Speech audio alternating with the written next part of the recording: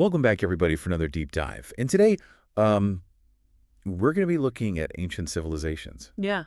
and uh, the possibility that they were maybe a lot more advanced than we give them credit for. Okay. So we're using this book as our guide today.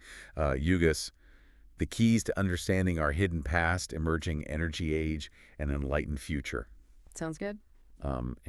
Yeah, so I guess the mission today is to just look at this idea that Yeah. maybe those stories about golden ages that we find in so many cultures Right. are more than just myths. That's a good question. What do you think? I mean, it's a question that's intrigued people for a long time, and I think the book that we're looking at presents some pretty compelling evidence Yeah. that challenges our sort of standard linear view of history. Yeah, it makes you think about how people used to believe the earth was flat. Mm. You know, if your understanding history is just as limited. Yeah, totally. For example, this book talks about evidence of agriculture in Israel dating back to 21,000 BC. Wow. That just seems way too early, according to the traditional timeline. Yeah, it's interesting if you look at things like the pyramids and the Sphinx. I Yeah. mean, built at the supposed dawn of civilization. Yeah. But the construction techniques are so sophisticated. And Sanskrit, which is a highly complex language, dates back to at least 7,000 BC. Wow. These are just a few of the anomalies that don't quite fit Yeah. the accepted narrative. It definitely makes you wonder if we've got the whole story. So how does this book explain those anomalies? Well, it introduces the concept of Yugas. Okay. It's basically a cyclical model of human development. So kind of like the seasons of the year, but on a much grander scale. Okay. Instead of just progressing in a straight line, civilization goes through these distinct ages of rise and fall. So tell us more about these yugas. How many are there and what are they like? There are 4 yugas, Satyajita, Dwapara, and Kali. Okay. And each yuga has unique characteristics that influence everything from human consciousness and spiritual awareness to technological advancement. So imagine a society where people are just naturally more intuitive. Exactly. Or technology is based on principles we haven't even discovered yet. Right. So this book is saying that these yugas repeat in cycles throughout history. That's the idea. And what's really interesting is that this concept of cyclical ages isn't unique to ancient Indian texts. The ancient Greeks, for example, they had their golden, silver, bronze, and iron ages. Oh, right. They describe these periods in ways that are strikingly similar to the yugas, even though these cultures were separated by vast distances. So it's not just one culture. It's like a recurring theme Yeah. across different civilizations. But if this cyclical model is accurate, shouldn't we be able to see evidence of these cycles playing out in history? That's a great point. And the book uses the example of Kali Yuga, Okay. which is often referred to as like the Dark Age or the Material Age. It's characterized by decline in spiritual awareness, increased materialism, and conflict. So where would we place Kali Yuga on a historical timeline? Well, the book suggests that the period from roughly 500 AD to 1700 AD Go. fits the description of Kali Yuga pretty well. Think about it. Widespread slavery, rigid religious dogma, the collapse of once powerful empires. These events definitely paint a picture of a dark age Yeah. where human potential was in many ways suppressed. That's a really interesting perspective. So where do we fit in now? What yuga are we in today? Well, according to the book, around the year 1700, Okay. we transitioned into Dwapara Yuga, the Energy Age. Okay. This is where things start to get exciting. I bet just look at the explosion of scientific advancements Right. over the last few centuries. Electricity, radio, computers. It's all about harnessing and manipulating energy. Absolutely. Dwapara Yuga is characterized by a rapid increase in our understanding and control of energy. But it's not just about technology. The book also suggests that this energy influences human behavior, making us more individualistic, ambitious, and driven to achieve our personal goals. So that explains our obsession with self-improvement and entrepreneurship. Exactly. And all those life hacks we see everywhere. It's all part of this Dwapara energy that pushes us to explore, invent, and push the boundaries of what's possible. And as we delve deeper into Dwapara Yuga, this understanding and control of energy is only going to increase. Okay, so if we're in the energy age now, what comes next? What can we expect as this yuga unfolds? That's where we start to get into some truly mind-blowing possibilities. Okay. The book actually uses the term space annihilator Base annihilator. to describe the way technology is helping us overcome the limitations of distance. Sounds pretty intense. What exactly does that mean? Well, think about it. We can now communicate instantly with people across the globe. Right. We've sent probes to other planets. We even talk to astronauts on the moon in real time. These are things that would have been considered pure magic just a few centuries ago. That's true. It's amazing how quickly technology has advanced. So if space annihilators are already happening, what's next? Interstellar travel teleportation. The book definitely hints at those possibilities. It dives into some really advanced concepts like wormholes, dark matter, and dark energy. These are things that are still on the fringes of scientific understanding, but they could hold the keys to unlocking even more incredible ways to manipulate space and time. This is already blowing my mind. We're just getting started. So what happens after Dwapara Yuga? What does the next Yuga hold for humanity? Well, that brings us to Treta Yuga, Okay. which is often called the mental age. And, as the name suggests, it's an era where mental abilities are heightened and consciousness takes center stage. Okay, I'm intrigued. What kind of mental abilities are we talking about here? Telepathy, precognition? Is this where we all become psychics? Well, the book doesn't go quite that far, but it does suggest that in Treta Yuga, people have a much deeper understanding of their own minds and the interconnectedness of all things. They develop what the book calls divine magnetism. Divine magnetism. What exactly does that mean? Is it like some kind of superpower? It's not so much a superpower as it is a heightened awareness of the energy that flows through all things. In Dwapara Yuga, we're focused on controlling energy through technology. But in Treta Yuga, that understanding goes deeper. People start to perceive and manipulate energy with their minds. Wow. So we're talking about telepathy, intuition. Maybe even the ability to heal with the power of thought. Those are all possibilities that the book explores. It describes Treta Yuga as a time when leadership governance and social interactions are transformed because people can directly perceive each other's thoughts and motivations. So no more lying or cheating or hiding your true intentions. Right. That would definitely change the world as we know it. Imagine a world where true character is transparent, where the consequences of our actions are immediately evident. The book uses the analogy of pollution accumulating visibly to show how this direct perception could lead to better choices. It's like if you could see the environmental impact of every decision you made, Yeah. you'd be a lot more careful about your choices. Exactly, and in Treta Yuga, that awareness goes beyond just the physical environment. It extends to our thoughts, emotions, and actions, creating a society that's much more harmonious and aligned with the well-being of all. This is all incredibly fascinating, but it also begs the question, if these advanced civilizations existed in the past, where's the proof? Why haven't we found more evidence of their incredible technologies and spiritual insights? That's a great question, and it's one we'll be diving into more deeply as we continue our exploration of the Yugas. Well, I can't wait to hear what the book has to say about that, but Yeah. for now, I think we've covered a lot of ground, Yeah? and I'm sure our listeners have a lot to digest. What do you say we take a little break and come back to this in part 2? Sounds good, host speaker. Before the break, you asked a really important question. If these advanced civilizations existed in the past, where's the proof? Right, it's like if people were flying around in spaceships and communicating telepathically. Thousands of years ago, you'd think we'd have found some trace of it. Yeah, you'd think so. And the book acknowledges this challenge head on.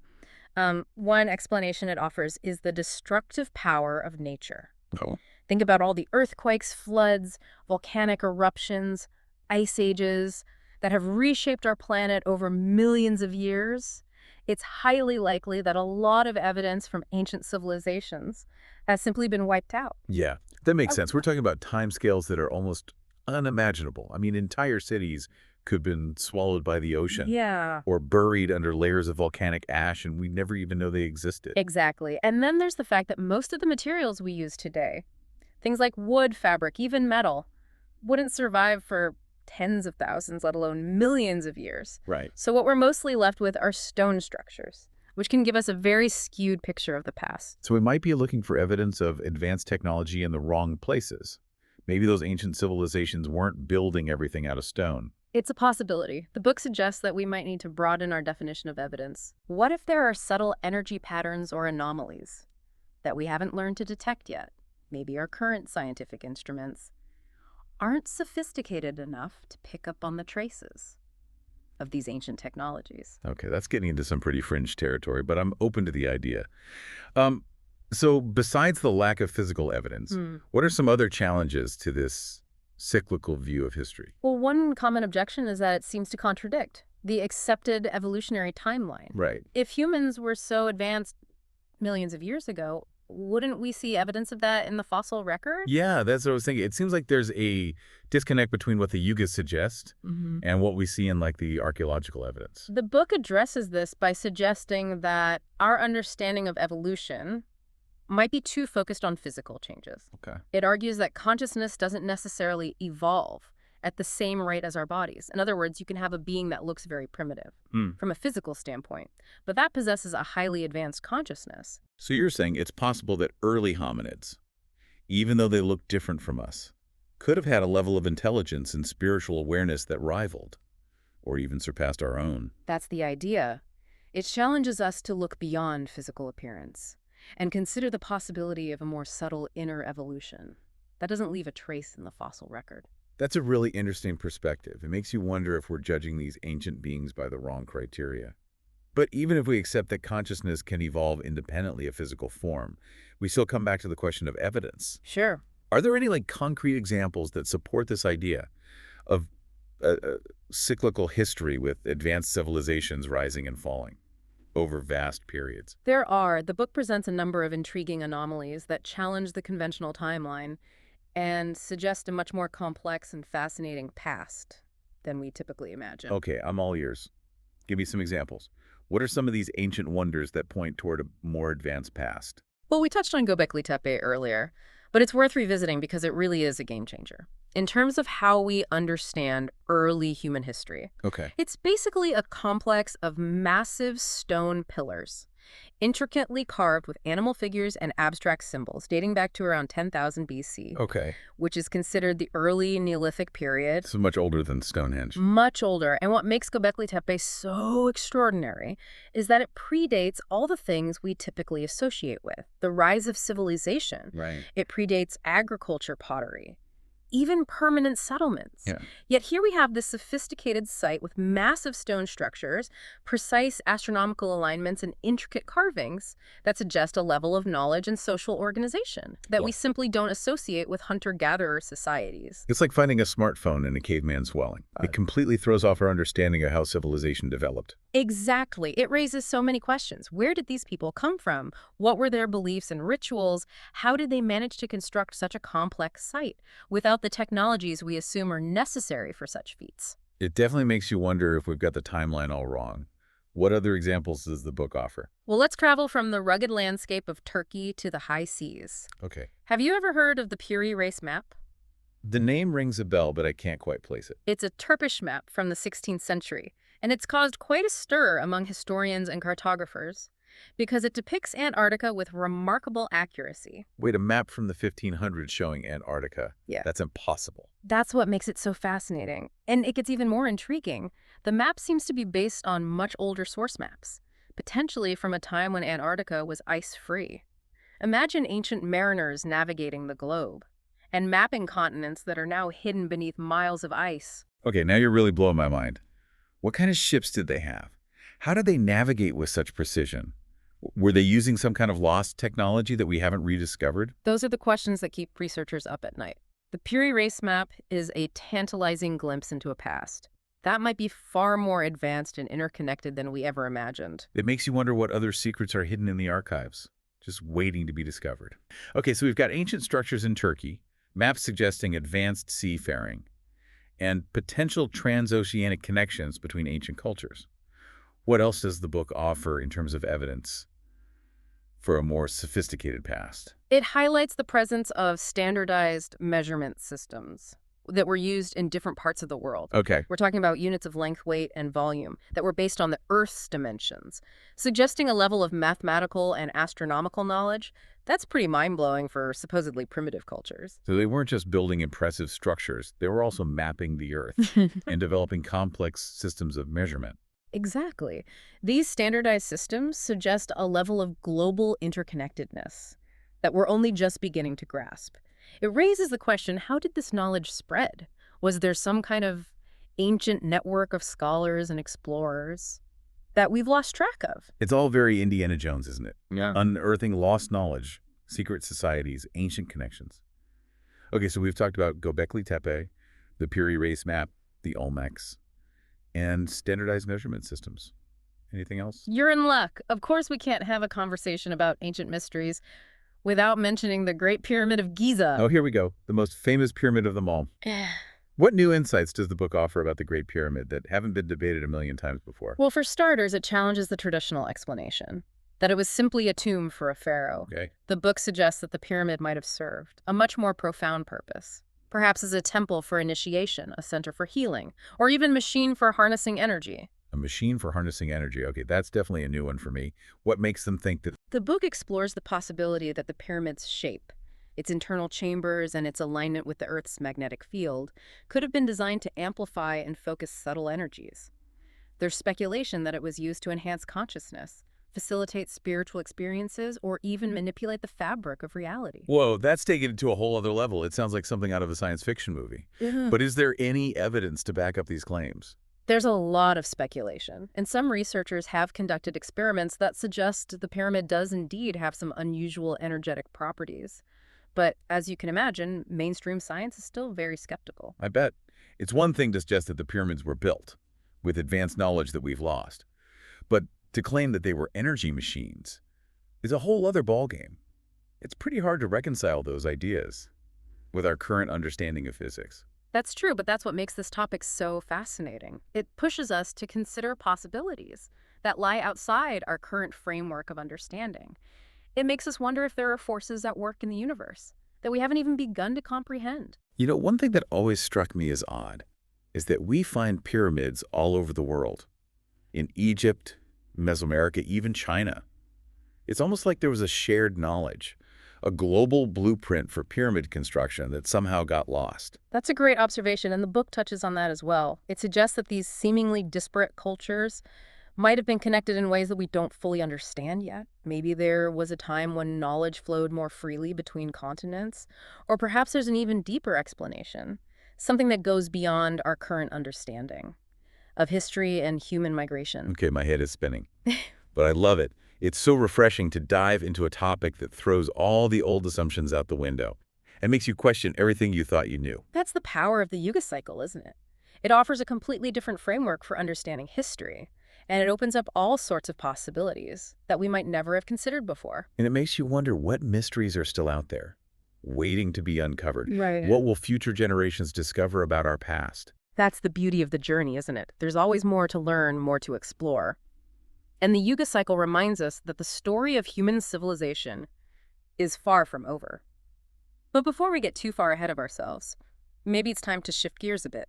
Okay. We've talked a lot about the historical implications of the Yuga cycle, but how does this relate to us here and now?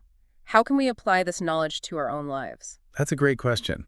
It's all well and good to speculate about ancient civilizations and lost technologies. But what does it mean for us living here in the 21st century? Does the Yuga cycle have any practical implications for our daily lives? Absolutely. In fact, understanding the characteristics and energy of each Yuga can provide valuable insights into our personal and collective experiences. That's something we can explore in the final part of our deep dive. So we were talking about how understanding the Yugas can actually help us in our lives today. Right? It's all well and good to speculate about ancient civilizations and the lost technologies.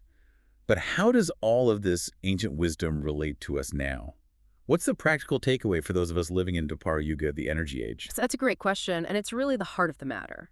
The Yuga cycle isn't just an interesting theory about the past.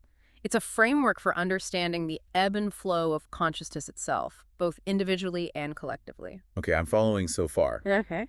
But can you give us some concrete examples? How does understanding the Yugas help us navigate the challenges and opportunities of life in the 21st century? Well, let's start with the energy age Dwapara Yuga, where we find ourselves now. As we discussed earlier, this Yuga is characterized by a rapid increase in our understanding and control of energy, both in the technological sense and in terms of human ambition and drive. Right, we've seen incredible advancements in science and technology, but also this surge in individualism, the pursuit of material success, and sometimes this relentless focus on personal goals. It's almost like we're all wired for achievement, constantly striving for something more Exactly, and that's the Dwapara energy at play. It's a powerful force that can drive innovation and progress. But it also has a shadow side. This intense focus on the individual can sometimes lead to competition conflict and a sense of separation from others. So how do we navigate this energy consciously? How do we harness the positive aspects of Dwapara Yuga without getting swept up in its more challenging aspects? The book offers some valuable insights. Okay. It emphasizes the importance of self-awareness, Yes. of understanding our own strengths and weaknesses, our motivations and desires. It also encourages the development of mental discipline. Mental discipline. Yeah. Can you elaborate on that? What does that look like in practice? It's about learning to control our thoughts and emotions, rather than being controlled by them. Think about it, we're bombarded with information and stimulation constantly. Yeah, It's easy to get caught up in the whirlwind of activity yeah. and lose sight of what's truly important. That's so true. It's like we're all running on this hamster wheel of emails, deadlines, social media. It's hard to find time to just breathe and be present.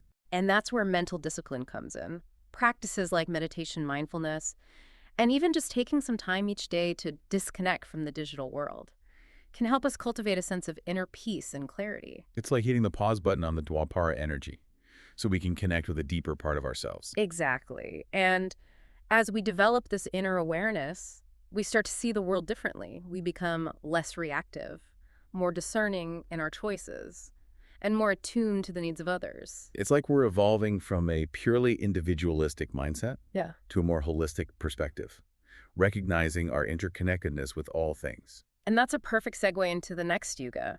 Remember, even though we're in Dwapara Yuga, there's a natural progression, a gradual shift in consciousness Yeah. towards the qualities of the next age. You're talking about Treta Yuga, the mental age, right? The one where people develop those incredible mental abilities and can perceive each other's thoughts and motivations. That's the one. And even though we're still centuries away from fully entering Treta Yuga, we can start to cultivate those qualities now.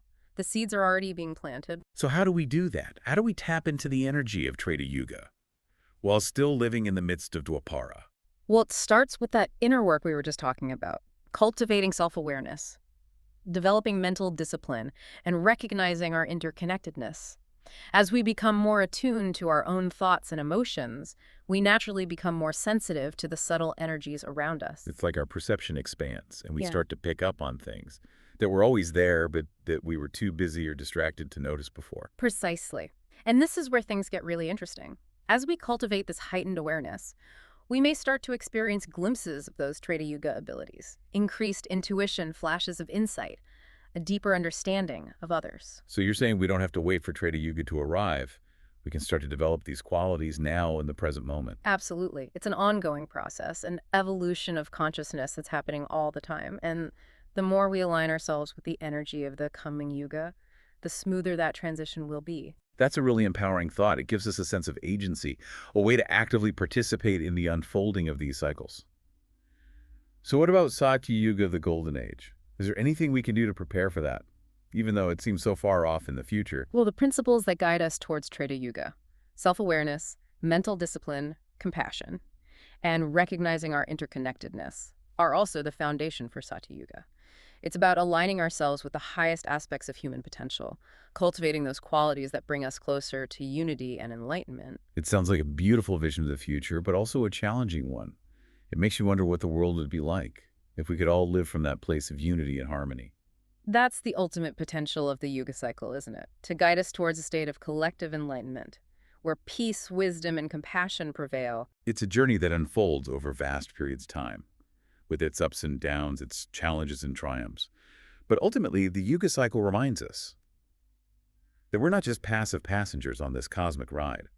We have the power to influence the direction of the cycle, to shape the future of humanity through our thoughts, our actions, and our collective consciousness. And that's the most important takeaway from our deep dive today. You have the power to choose how you navigate these cycles, to cultivate the qualities that will help you thrive in the present and contribute to a brighter future for all. That's an incredibly inspiring message and a perfect place to wrap up.